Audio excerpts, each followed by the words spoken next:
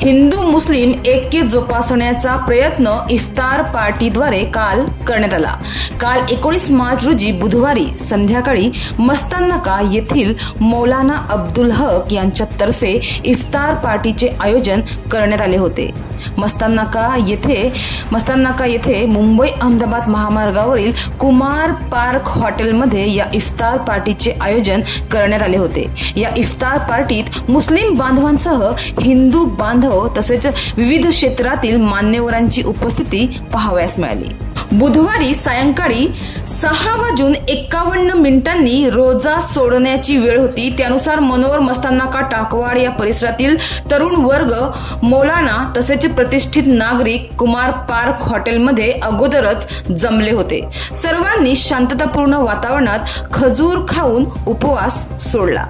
यावेळी रोजा सोडण्यासाठी लज्जतदार पदार्थांची रेलचेल होती। थंड पाणी, मँगो ज्यूसचे बॉटल रोजेदारांना दिले जात होते। इफ्तारमध्ये चिकन भुजिंग, पकोडे, हलवा आदींसह संत्री, केळी, खरबूज या फळांचीही रेलचेल होती।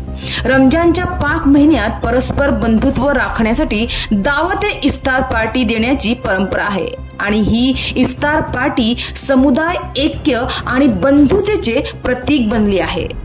हिंदू मुस्लिम ऐक्याचे प्रतीक म्हणून इफ्तार पार्टीचे आयोजन करणे ही चांगली कल्पना आहे, कारण ती विविध धर्मांच्या लोकांना एकत्र आणते आणि एकोपा वाढवते, अशी भावना यावेळी अब्दुल हक यांनी व्यक्त केली।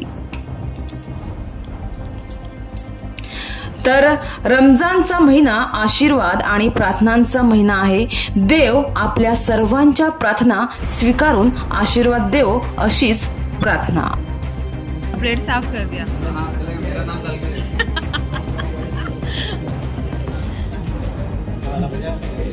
जी, सलाम अलैकुम।